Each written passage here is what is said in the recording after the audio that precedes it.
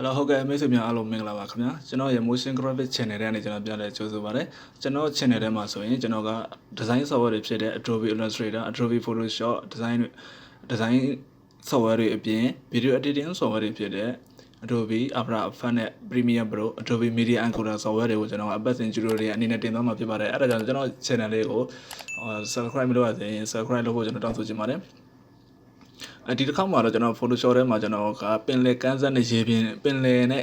ရေပြင်ကြီးပေါ့နော်ကျွန်တော်တို့ဖန်တီးမှာဖြစ်ပါတယ်အဲ့ဒါကိုကျွန်တော် realistic ဆန်ဆန်လေးပေါ့နော်တခြားဖတ်တွေကျွန်တော်တို့ plugin တွေမသုံးမှနဲ့ကျွန်တော်လောက်မှာဖြစ်ပါတယ်အဲ့တော့ကျွန်တော် Photoshop ထဲမှာ file တစ်ခုယူပြီးတော့ကျွန်တော်စလိုက်အောင်ပါ create new ကိုတွားမယ် A4 size နဲ့ပဲကျွန်တော်လုပ်လိုက်မယ်ပြီးရင်ဒီ site ကိုကျွန်တော်နည်းနည်းလေးသေးချင်တာဖြစ်တဲ့အတွက်ဒီလောက်ကနေကျွန်တော် select ပေးပြီးတော့ image တွေနဲ့ crop နဲ့ဖြတ်ရင်ဖြတ်ပါဒါမှမဟုတ် order IP ကိုနှိပ်ပြီးတော့ selection ပိုင်းလေးပဲဖြတ်ယူလိုက်ပါပြီးရင်ဒီကောင်ကျွန်တော် layer ဖြုတ်ထားမယ်ဖြုတ်ပြီးတော့ကျွန်တော်ဒီ layer နဲ့အောက်က gradient တစ်ခုကိုကျွန်တော်ယူမှာဖြစ်ပါတယ် gradient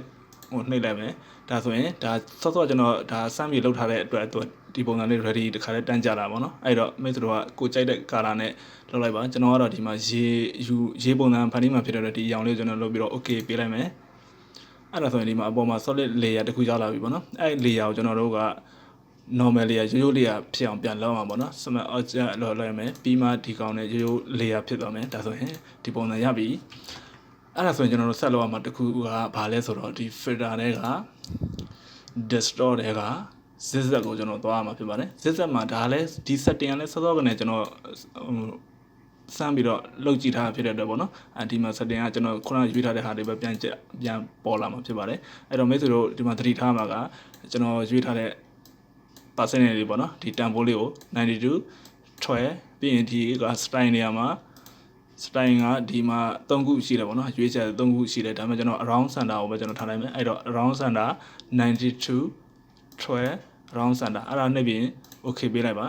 ဒါဆိုရင်ကျွန်တော်တို့ရတဲ့လေဒီပုံစံလေးမြင်လာရမှာဖြစ်ပါတယ်ပြီးရင်ဒီထဲမှာနည်းနည်း stretch တွေကတော့နည်းနည်းလေးများမယ်ပေါ့နော်ဒါပေမဲ့ကျွန်တော်ပြထားတဲ့အတိုင်းလိုက်လုပ်လိုက်တော့ကျွန်တော်ပုံစံလေးတိုင်းဖြစ်လာလိမ့်မယ်မိတ်ဆွေတို့ကတော့ပြီးမှကိုစိတ်ကြိုက်တခါ setting လေးထပ်ချိန်ပြီးတော့ကိုယ့်အကိုပို့ပြီးတော့ realistic ဆန်အောင်ပို့ပြီးတော့ setting လေးစိတ်ချလေးရှိလိုက်လို့ရင်တော့ပို့ပြီးတော့ကောင်းလာမှာပေါ့နော်အဲ့တော့နောက်တစ်ခုကျွန်တော်နောက်တစ်ဆင့်ထပ်ပါမယ် filter တွေကပဲ distort တွေကပဲဒီကောင်ကိုရွေးမယ် trainer ကိုရွေးမယ်အဲ့ trainer ရွေးပြီးတိုင်းလည်းဒီမှာကျတော့ဒီမှာရွေးချက်တဲ့ဒီ angle ကဒီတစ်ခုပဲရှိတယ်သူ့ကိုခိတ်ဆုံးကျွန်တော်တို့ရွေးလိုက်မယ်နော်ဒီအတိုင်းပဲရွေးပြီးတော့တခြားဘာမှလုပ်စရာမလိုတော့ဘူးသူမှရွေးချက်တဲ့ဒီတစ်ခုပဲရှိတယ်ဒါကိုအဆုံးထိကျွန်တော်ရွေးပြီးပြီဆိုရင် okay ပေးပါဒါဆိုရင်ပုံစံကဒီပုံစံလေးဖြစ်သွားပြီပေါ့နော်အဲ့ဒါဆိုရင်လည်းနောက်တစ်ခုတောင်းတစ်ဆင့်ကကျွန်တော်ဒီ filter တွေကပဲ distort တွေကပဲ zigzag ကိုကျွန်တော်weight ကိုကျွန်တော်သွားမယ်ပေါ့နော် zigzag ကခုနသွားပြီ weight ကိုသွားမယ် weight setting မှာဆိုရင်ဒီ setting လေးကိုလိုက်ချိန်ရမှာပေါ့နော်ဒီဘက်မှာကိုလိုချင်တဲ့အနေထားရောက်မရောက်ကျွန်တော်တို့ကြည့်ရမှာဖြစ်ပါတယ်ဒီမှာကဒီ generator မှာကျွန်တော်48ပဲကျွန်တော်ခုနရွှေ့ထားပါတော့48နဲ့ပြကြဒီမှာက weight line မှာဒီမှာကျတော့0ထားမရတော့1ဖြစ်သွားတယ်ဒီမှာကခုနကလိုပဲအဆုံးထိကျွန်တော်ဒီကောင်ကိုထားမယ်ပြီးရင်ဒီ amplitude မှာဒီ setting ကဒီကောင်ကတော့သူကဒီပုံစံတိုင်းဖြစ်နေမှာပေါ့နော်ဒီပုံစံတိုင်းလေးလိုက်ထားလိုက်ရပြီဒီမှာလည်းဒီလိုထားမယ်ပြီးရင်ဒီ scale မှာကဒီကောင်ထားပါဒီကောင်ကကျတော့ horizontal မှာ85ထားပြီး vertical မှာတော့မလိုဘူးအဲ့ဒါမှထားမယ်ပြီးရင်ဒီကောင်မှာက type မှာကျတော့ဒီ sum ရှိမယ် triangle ရှိမယ် square ရှိမယ်အဲ့ဒါတော့ကိုကြိုက်တဲ့အရာလေးထားပြီးတော့ဟိုတစ်ခုနဲ့တစ်ခုကျွန်တော်လုပ်တဲ့ရလဒ်နဲ့မတူတဲ့ရလဒ်မျိုးထွက်လာစေချင်တယ်ဆိုရင်တော့တစ်ခုနဲ့တစ်ခုစမ်းပြီးထားကြည့်ပါတော့ကျွန်တော်တော့ဒီ sin ကိုပဲထားမယ်ပြီးရင်နောက်တစ်ခုရွေးရမှာကဒီမှာကဒီမှာ web around ပေါ့နော်ခုနကဘာပြောလို့လဲဆိုတော့ကျွန်တော်ဈေးဆက်မှာတော့လည်း around center ကိုကျွန်တော်ရွေးထားတယ်ဒီမှာ around ကိုကျွန်တော်ထွက်ယူလိုက်တယ်ဒါပေမဲ့ဆိုင်တော့မဆိုင်ပါဘူးပေါ့နော်အဲ့တော့ကျွန်တော်ပုံစံကဒီမှာကြည့်ပါဒီပုံစံလေးနဲ့ဒီပုံစံလေးဆိုကျွန်တော်ဒီပုံစံလေးပို့ပြီးတော့အဆင်ပြေမယ်ထင်လို့ကျွန်တော်ရွေးလိုက်တာဖြစ်တယ်အဲ့ဒါဆိုရင်ဒီ setting တွေကိုယူပြီးပြီဆိုရင်ကျွန်တော်တို့ဒီပုံစံတိုင်းလေးတူပြီဆိုရင် okay ပဲပေးလိုက်အောင်ဒါဆိုရင်ကျွန်တော်ပုံစံဒီပုံစံကြီးရလာမှာဖြစ်ပါတယ်အဲ့ဒီတော့ဒီပုံစံတိုင်းကရေနဲ့တူပြီလားမတူဘူးလားတူလားမတူလားဆိုတော့ကိုယ့်အကိုနည်းနည်းကြည့်လိုက်ပါကျွန်တော်တော့နည်းနည်းဒီကောင်ကိုဆက်ပြီးတော့ပုံစံလေးတူအောင်ဒီကောင်နည်းနည်းအောက်ဆွဲချလိုက်မယ်ပေါ့နော် transform နဲ့နည်းနည်းအောက်ကိုနည်းနည်းချုပ်လိုက်တယ်ချုပ်ပြီးမှဒီအားတွေကိုဒီလို quality ဖြစ်နေတာကိုနည်းနည်းဟိုဖြစ်သွားအောင်အောက်ကိုနည်းနည်းဖုံးလိုက်မယ်ပေါ့နော် arrow key နဲ့ down arrow key နဲ့ပြန်အောက်ကိုဆွဲချလိုက်တယ် Okay ဒီလောက်ရပြီဆိုရင်ကျွန်တော်တို့ကဒီပုံစံအနေနဲ့အဆင်ပြေတဲ့အနေထားတော့ရောက်လာပြီကျွန်တော်တို့ထပ်ပြီးတော့ဒီကောင်ကိုနည်းနည်းဖြောက်ပြရမှာပေါ့နော်အဲ့ဒါကိုကျွန်တော်တို့ဘာလုပ်လို့ရလဲဆိုတော့ layer map အုပ်လိုက်မယ်ပေါ့နော် layer map အုပ်ပြီးတော့ကျွန်တော်ယူလိုက်မယ်တကယ်လို့ဒီပုံစံမဟုတ်ဘူးဆိုရင်မိတ်ဆွေတို့ဒီမှာဒီ background မှာဒီပုံစံ foreground background ဒီပုံစံမဟုတ်ဘူးဆိုရင် crop 8နဲ့တမျိုးလုပ်လို့ရပါတယ် crop 8နဲ့အပေါ်အောက်ချင်းလို့ရတယ်ဒါမှမဟုတ်တခြား color တွေဖြစ်နေတယ်ဆိုရင်အရင်ဆုံး D key ပေါ့နော် D အဲ့ keyboard က D key တစ်ချက်ကိုနှိပ်လိုက်ပါတယ်ဆိုဘာ color ပဲယူတာသူက normal color black and white ဖြစ်သွားမယ် black and white ဖြစ်သွားပြီဆိုမှအဲ့လိုမျိုး crop 8နဲ့နော်အဲ့နဲ့ကျွန်တော်တို့ဒီလိုမျိုးအပေါ်ချင်းပြမှာဖြစ်ပါတယ်အပေါ်မှာ foreground color မှာကျွန်တော်တို့ဒီတိုင်းအမဲအောင်ဖြစ်ပြီးဆိုမှ G ကိုတစ်ချက်နဲ့ပြီး gradient 2ကိုယူမယ် gradient opacity မှာအများကြီးမထားတော့ဘူးပေါ့နော်ဒီလောက်20 30လောက်ထားမယ်အဲ့လောက်ထားပြီးကျွန်တော်တို့ကဘာလုပ်လို့ရလဲဆိုတော့ဒီကောင်ကိုရှေ့ကလေးခံပြီးဒီအောက်ကိုဆွဲဖုံးလိုက်မယ်ပေါ့နော်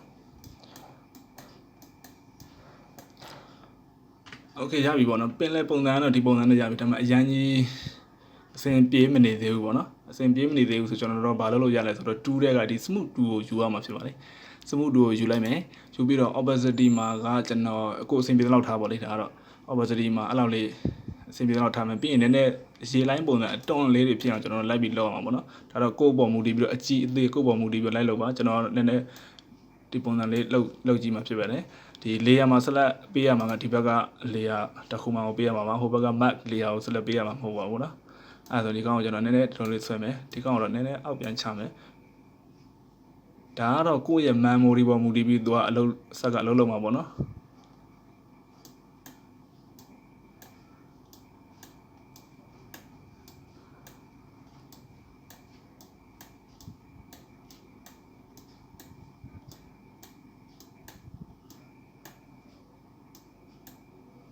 ်ပြီးရင်ဒီ site လေးကိုကျွန်တော်နည်းနည်းထပ်သေးလိုက်အောင်နော်ထပ်သေးပြီးကျွန်တော်တို့လိုချင်တဲ့ရေပုံစံ line တွန်းလေးတွေပို့ပြီးတော့ပြီးပြန်အသေးလေးတွေလည်းထပ်ပြီးတော့ထည့်ရမှာဖြစ်ပါတယ်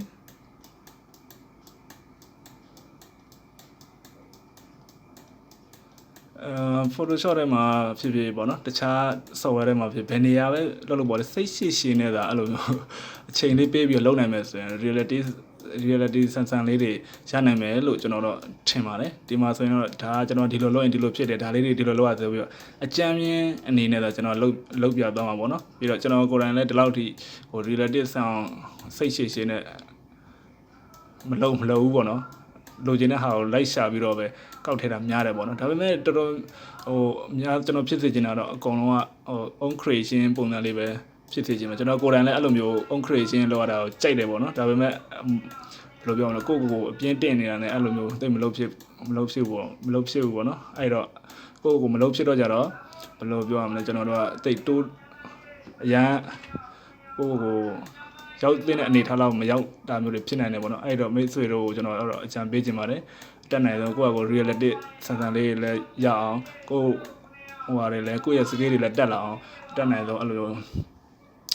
own creation လုပ်တာပဲလုပ်စေဟိုအချိန်ရှိရင်တော့လုပ်စေချင်တယ်ပေါ့နော်အဲ့ဒါဆိုရင်ကျွန်တော်တို့တခြား like ရှာကြမလို့ပဲနဲ့ဒီကိုလည်း skill တွေတက်လာမယ်ဗျာ own creation ဟာတကယ် fan တီးနိုင်တဲ့လူတယောက်လည်းကျွန်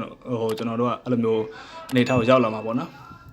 ်ဒီပုံစံလေးတော့ရပြီပေါ့နော်ဒါလေးရပြီဆိုရင်ဒီကိုယ့်ရဲ့ဒီဟိုဟာတွေကိုဒီပုံစံတလောက်နဲ့ကိုယ်ကကျင်းနေပြီလားမကျင်းနေသေးဘူးလားကိုယ့်ကဒါတော့ကိုယ့်ပေါ်မူတည်တယ်ပြီးရင်ဒီကောင်ကို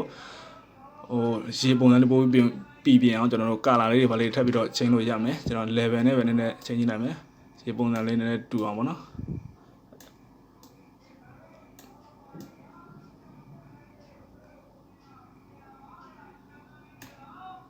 ဒီလောက်ဆိုတော့ပြီပေါ့နော်နောက်တစ်ခုကျွန်တော်တို့ဒီတိုင်းရပြီဆိုရင်ဗာဆက်လုပ်ပြီးတော့ဗာဆက်လုပ်ရလဲဆိုတော့ဒီနောက်ကတိမ်ပုံစံတွေကျွန်တော်တို့ထပ်ပြီးတော့လုပ်လို့ရတယ်အဲ့တိမ်ပုံစံတွေကြတော့လဲခုနပြောသလိုကိုယ့်ဘာကိုဖန်တီးခြင်းလို့ရတယ်ဒါမှမဟုတ်ခုနလိုပို့ပြီးတော့ reality ဆန်လို့ကျွန်တော်ဓာတ်ပုံယူပြီးကောက်ထည့်လိုက်လို့လည်းရတယ်ပေါ့နော်အကောင်းဆုံးကတော့ကိုယ့်ဘာကိုခုနကျွန်တော်ပြောသလိုပဲကိုယ့်ဘာကိုဖန်တီးနိုင်ပို့ပြီးတော့ကိုယုံကြည်မှုရှိလာမှာဖြစ်ပါတယ်အဲ့တော့ဒီမှာတော့ကျွန်တော်အကြံပေးတစ်ခါလဲတိမ်ပုံစံတစ်ခုကိုကျွန်တော်ဖန်တီးကြပါမယ်အဲ့ဒီတော့တိမ်ပုံစံဖန်တီးဖို့လည်းခုနအတိုင်းပဲဒီထဲကကျွန်တော် gradient ကိုထပ်ယူမှာဖြစ်ပါတယ်တိမ်ပုံစံနဲ့ဒီအောက်ကရေပြင်ပုံစံနဲ့ကျွန်တော်တူချင်တာဖြစ်တဲ့အတွက်ဒီကောင်ကိုကျွန်တော်ကဒီပုံစံတိုင်းလေးပဲ okay ပေးလိုက်မယ်ရပြီဆိုရင်ဒီကောင်ကိုလည်းခုနကလိုပဲရိုးလေးကျွန်တော်တို့ပြန်ပြောင်းအောင်ပါဘောနော်ဘာလို့လဲဆိုတော့ effect တွေသုံးမယ်ဆိုရင်ဒီခုနကဟိုဟာတွေတော့မပေးဘူးပေါ့နော်အဲ့တော့ဒီကောင်ကျွန်တော်ဒီတိုင်းထားလိုက်မယ်ပြီးရင်အပေါ်ကျွန်တော်ပြောင်းမှာဖြစ်ပါတယ် particle ပါဒါဆိုရင်ဒီပုံစံရပြီအဲ့ဒါကိုမှခုန filter တွေကိုသွားပြီးတော့ render တွေကကျွန်တော်က render တွေကတိမ်ပုံစံယူမှဖြစ်တဲ့ cloud ကိုကျွန်တော်ရွေးလိုက်မယ်ဒါမှမဟုတ်မိတ်ဆွေတို့ကတော့ different cloud တွေပါလေရွေးကြည့်ပေါ့နော်ဒီပုံစံမျိုးတွေကြိုက်တယ်ဆိုရင်ရွေးကြည့်ပါကျွန်တော်တော့မရွေးဘဲနဲ့အကောင်မရွေးဘဲနဲ့အဲ့လို cloud နဲ့ပဲကျွန်တော်ဆွဲကြည့်လိုက်မယ် cloud ဆိုရင်တော့ဒီပုံစံနဲ့ဖြစ်သွားတယ်အဲ့ဒါဆိုရင်ဒီကောင်ကိုကျွန်တော်ဗာဆက်လောက်အောင် control J ပွားလိုက်မယ်နော် control J ပွားပြီးတော့အရောင်လေးနည်းနည်းဟိုဖြစ်ချင်လို့မို့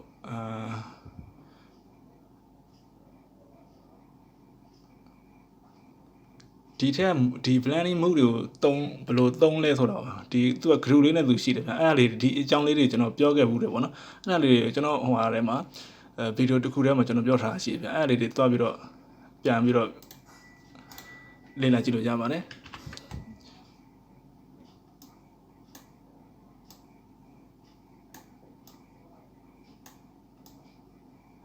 ဒီပုံစံရပြီဆိုရင်ဒီ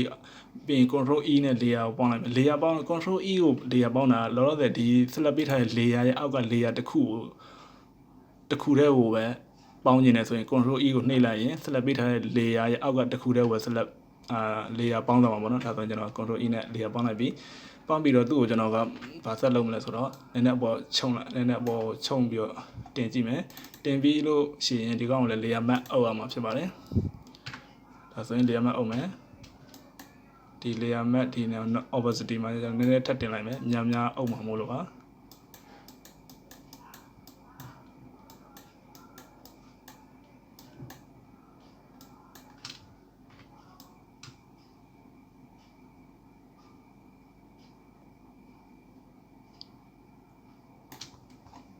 ဒီတိုင်းဆိုရင်ကျွန်တော်တို့လိုချင်တဲ့ပုံစံလေးတစ်ခုရလာမှာပြောတယ်ဒါပေမဲ့အပေါ်က layer နဲ့အောက်ကအရောင်တွေကိုကျွန်တော်တို့ color composite ဖြစ်အောင် color light ဖတ်အောင်ပေါ့နော်ဘလို့ထပ်ပြီးတော့ကိုယ့်အကိုစိတ်ရှိလက်ရှိလေးထပ်ပြီးချိန်ကြည့်ကြပါလို့ကျွန်တော်ပြောချင်ပါတယ်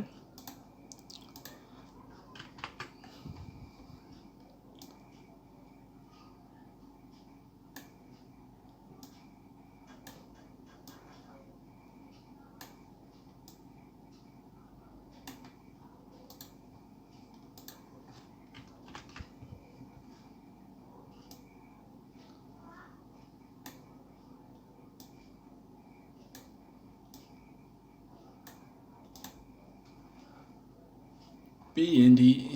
ဒီနေရာမှာကျွန်တော်ထပ်ပြီးတော့တစ်ခုလုပ်လိုက်မယ်ဒီကောင် gradient ထပ်ယူလိုက်မယ်ဒါဆိုရင်ဒီပုံစံလေးရလာမှာပေါ့နော်အဲ့ဒါကိုမှအဲ့ဒီဟာကိုပဲကျွန်တော်ထပ်ပြီးတော့ opacity နည်းနည်း short ကြည့်မယ် opacity နဲ့ကစားကြည့်မယ်ပေါ့နော်ဒီပုံစံလေးကပို့ပြီးတော့ကြည့်လို့ကောင်းတဲ့အနေထားလေးဖြစ်လာအောင်ပါ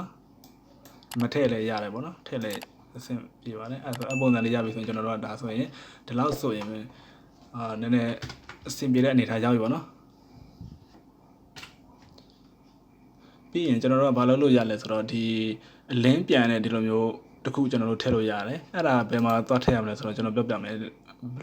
လို့ပုံစံလေးလဲဆိုတော့ကျွန်တော်ပြောပြမယ်ဒီကောင်ကိုထပ်ပြီးဒီကောင်ကို select ပေးမယ် render တွေက lens flare ပါအပေါ်ကနေပြီးတော့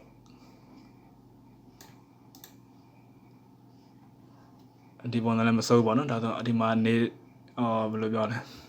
နေထွက်လာတဲ့ပုံစံမျိုးနဲ့ဟိုပြရတယ်ဒါပေမဲ့အောက်မှာလည်းဒီရဲ့နေရဲ့အလင်းပြန်ရမယ်ပေါ့နော်ရေဖြစ်တဲ့အတွက်